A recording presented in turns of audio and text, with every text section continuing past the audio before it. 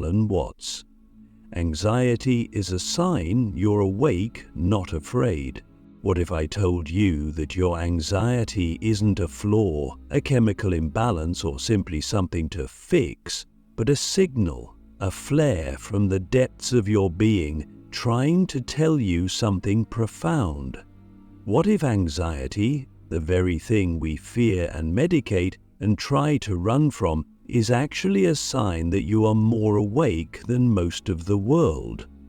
According to Alan Watts, anxiety isn't evidence of weakness, it's the pulse of awakening consciousness. It's what happens when the illusion of control begins to crack and your eyes start adjusting to the blinding light of truth.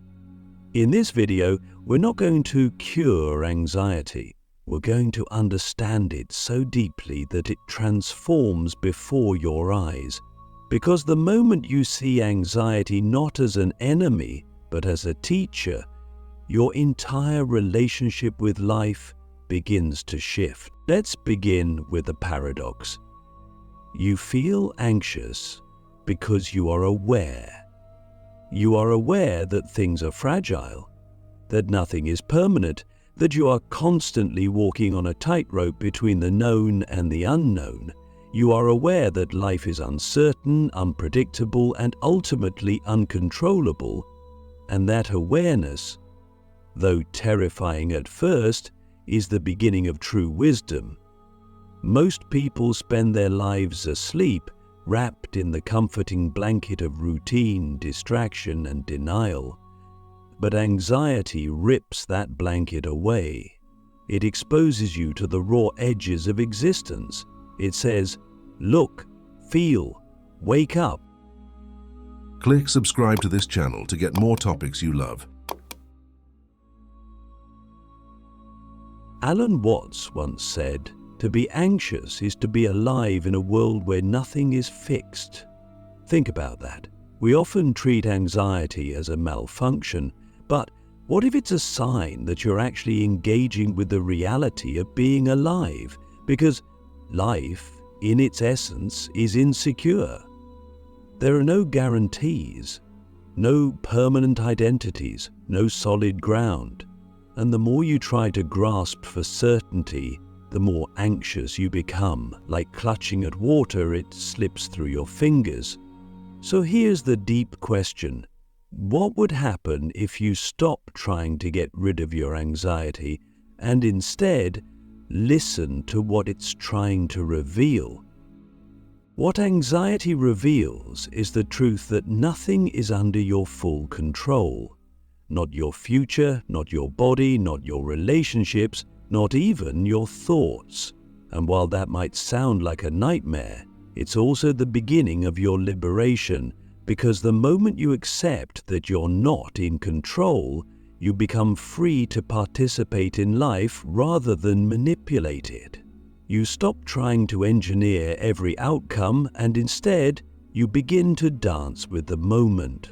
And that's where the real magic begins. Watts compared life to music. The point of music is not to get to the end, it's to play. But our culture teaches us that life is a journey with a destination, that if we just achieve enough, fix enough, control enough, we'll finally arrive at peace. But the irony is that chasing peace in the future only creates anxiety in the present. We're always trying to outsmart the moment, to get ahead of it, to manage it into submission. But the moment doesn't want to be managed, it wants to be met. So anxiety appears as a kind of philosophical pain, a tension between the truth of impermanence and the mind's obsession with permanence.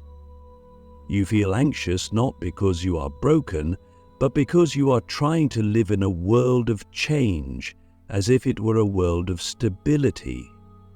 You're trying to be a structure in a river, and the river doesn't stop. It never has, it never will. Now here's where this gets even deeper.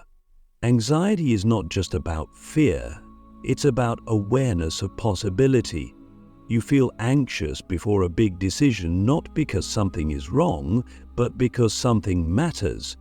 You feel anxious before stepping into the unknown, not because it's dangerous, but because it's real. Anxiety is the shadow of potential. It's the emotional signature of transformation. And that means anxiety is not a barrier to growth, it's the doorway. But only if you stop fighting it. The problem is, most of us resist anxiety.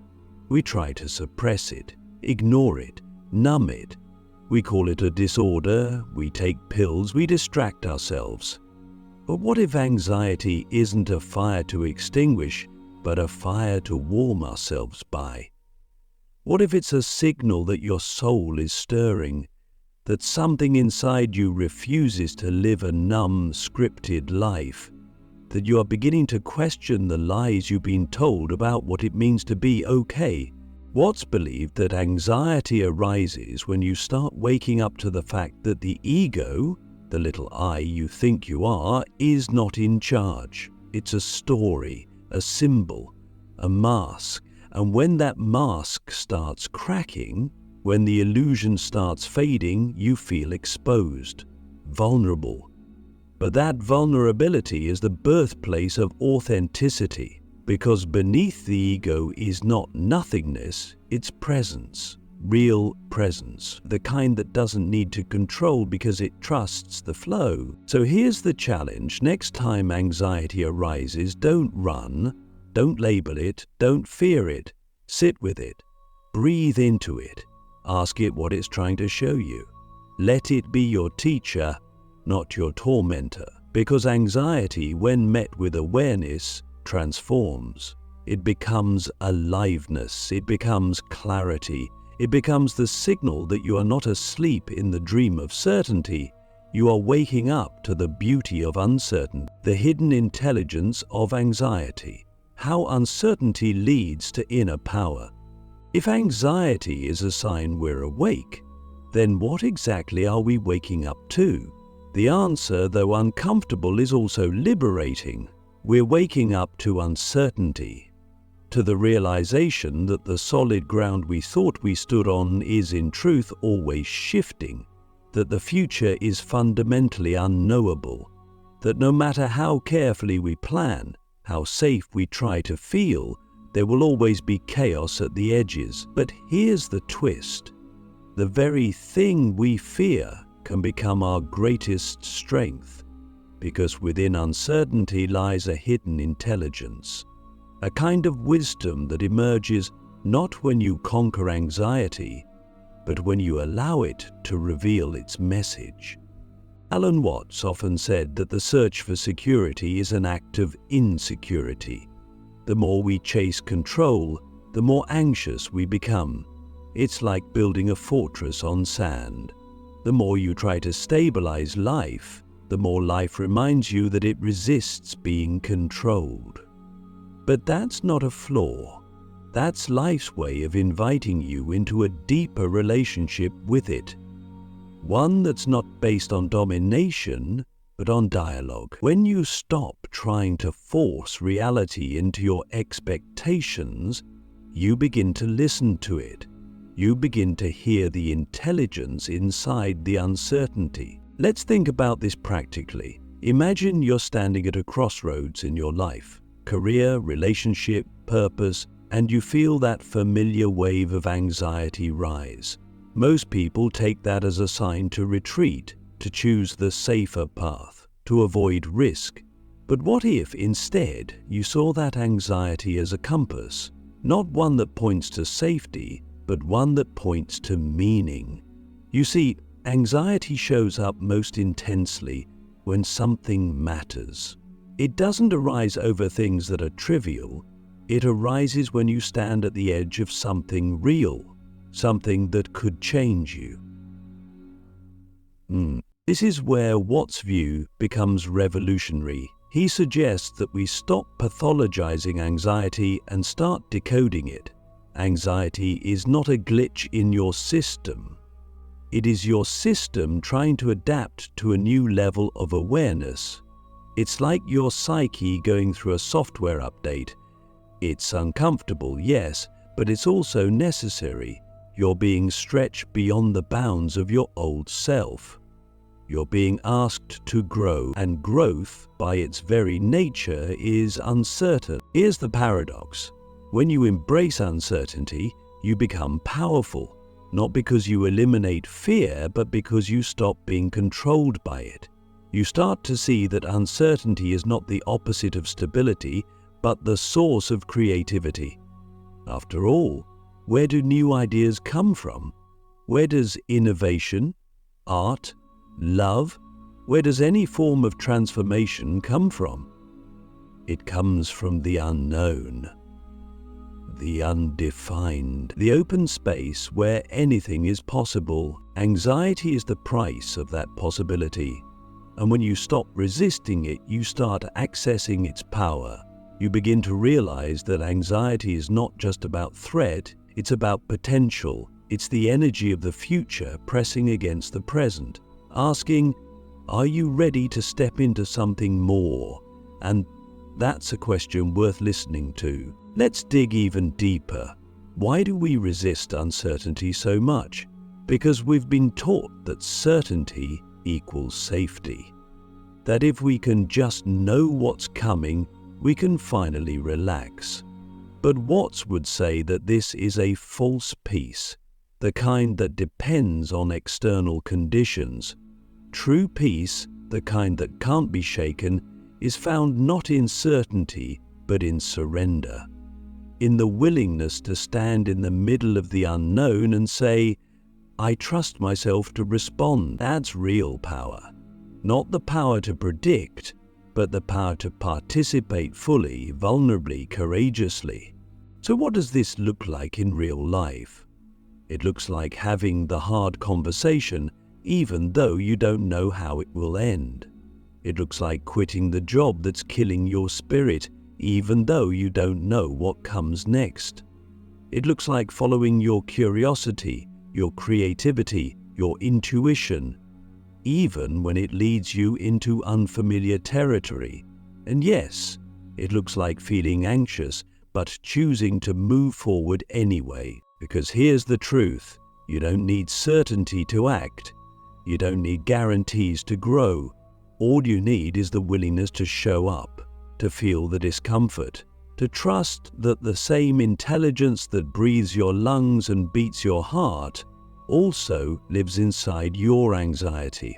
It's not separate from you, it is you. It's the part of you that refuses to settle for a life of numbness, the part that is alive, alert, and ready to evolve. So, next time you feel overwhelmed by uncertainty, remember this. Your anxiety is not a sign you're failing. It's a sign you're alive to life's deepest questions. It means you are no longer sleepwalking. You are standing at the edge of the mystery, and that is a sacred place to be. The ego's last stand. How anxiety exposes the illusion of control. Anxiety, at its core, is the ego's alarm system going off, not because you're in danger, but because your illusion of control is being threatened. The ego, that little voice in your head that says, I am this, I must do that, I should be this, is built on the idea that it can manage life. It believes it is the captain of the ship, steering through stormy seas with maps, plans, and certainty. But when life doesn't obey the ego's commands, and it never truly does, the anxiety begins to rise, not because life is falling apart, but because the ego is. And that is a good thing. Alan Watts made it clear, the ego is not your enemy, but it is not your master either. It's a useful fiction, a functional interface to navigate the world, but it's not the full truth. When anxiety shows up, it's often because the ego senses that its grip is loosening. Maybe you're considering a choice that doesn't fit the story you've told about yourself. Maybe you're standing at the edge of a transformation that renders your past identity obsolete. The ego doesn't like that. It resists, it panics, it creates worst-case scenarios, not because it's evil, but because it's trying to protect what it knows. But real growth always means stepping beyond what you know. Here's the deeper insight. Control is not real. It's a psychological comfort blanket we've wrapped around ourselves. We believe if we plan well enough, work hard enough, behave properly, we can shape life into something predictable, safe, and manageable. But life isn't manageable. It's wild, it's fluid, it's messy and mysterious, and full of surprises. And the more tightly we try to hold on to control, the more chaotic things feel. Anxiety appears, not because things are out of control, but because we're still trying to control them. And yet, there's a strange beauty in this unraveling, because when the ego starts to break, something deeper begins to emerge. Watts would call it the true self.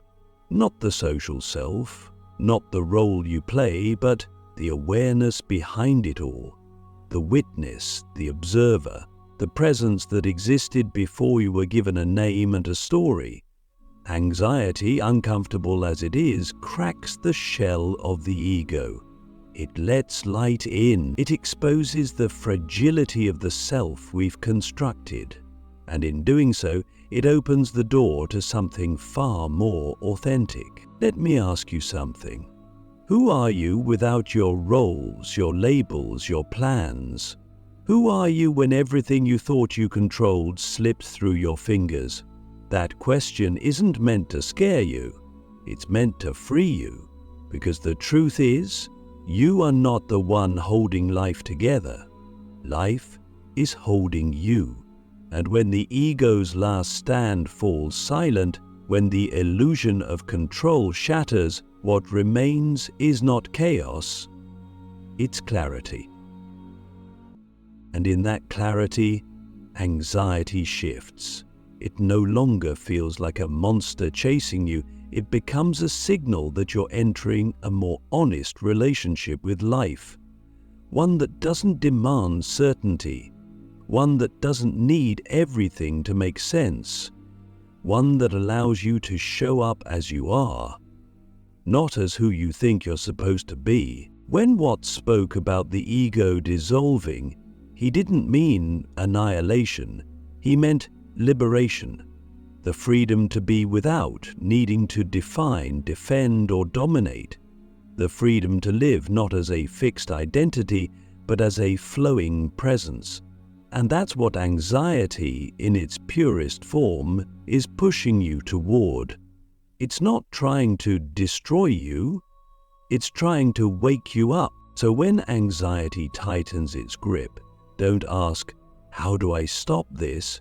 Instead ask, "What part of me is afraid of letting go?" That question cracks the illusion. It reveals the ego at work, scrambling to reassert control. But if you can sit with that discomfort, if you can breathe through it and stay, you'll notice something extraordinary. The fear begins to fade, and in its place, a deeper strength rises, a strength that isn't born from control but from surrender, a strength that says, "Even here, even now, I am okay." From fear to flow, turning anxiety into your creative superpower. So here we are, standing at the edge of everything we thought we knew, with anxiety humming in our bones like static before a storm. And yet, something is different now. Because we've begun to see that anxiety isn't a malfunction. It's not a sign that something has gone wrong. It's a signal that something is waking up. And what it's waking up to is your deeper self, the part of you that exists beyond the ego, beyond control, beyond fear. The part that knows how to flow with life instead of fighting it. The part that knows how to create instead of just survive. Alan Watts often spoke of life as play, as a dance, as something to be participated in rather than solved. And what do we do when we're truly playing? We're present, we're spontaneous, we're in flow. That's the opposite of anxiety, right? Or so it seems. But here's the deeper truth. Anxiety doesn't block flow, it precedes it. It's the tension that comes before the release, the pressure that builds before you leap. When anxiety is met with resistance, it becomes panic.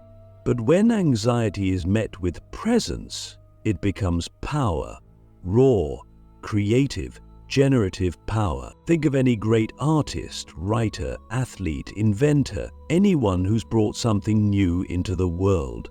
They've all faced anxiety, not because they were weak, but because they were about to do something that hadn't been done before.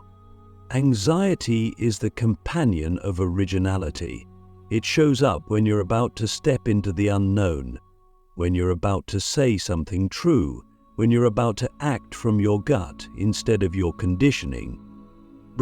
Most people turn back at that threshold, but you don't have to. Here's the shift. Instead of seeing anxiety as a stop sign, see it as a green light. Not a sign to retreat, but a sign to engage, to lean in, to ask, what wants to emerge through me right now? Because anxiety is often the soul's way of whispering, there's something more possible here. It's the creative tension of becoming. And if you can hold that tension just a little longer without trying to resolve it too quickly, something extraordinary begins to happen. You enter flow. Flow is not the absence of fear. It's the alignment of your attention with the present moment. And when you're fully present, anxiety has nowhere to land. It can't survive in the now. It needs the future to feed on.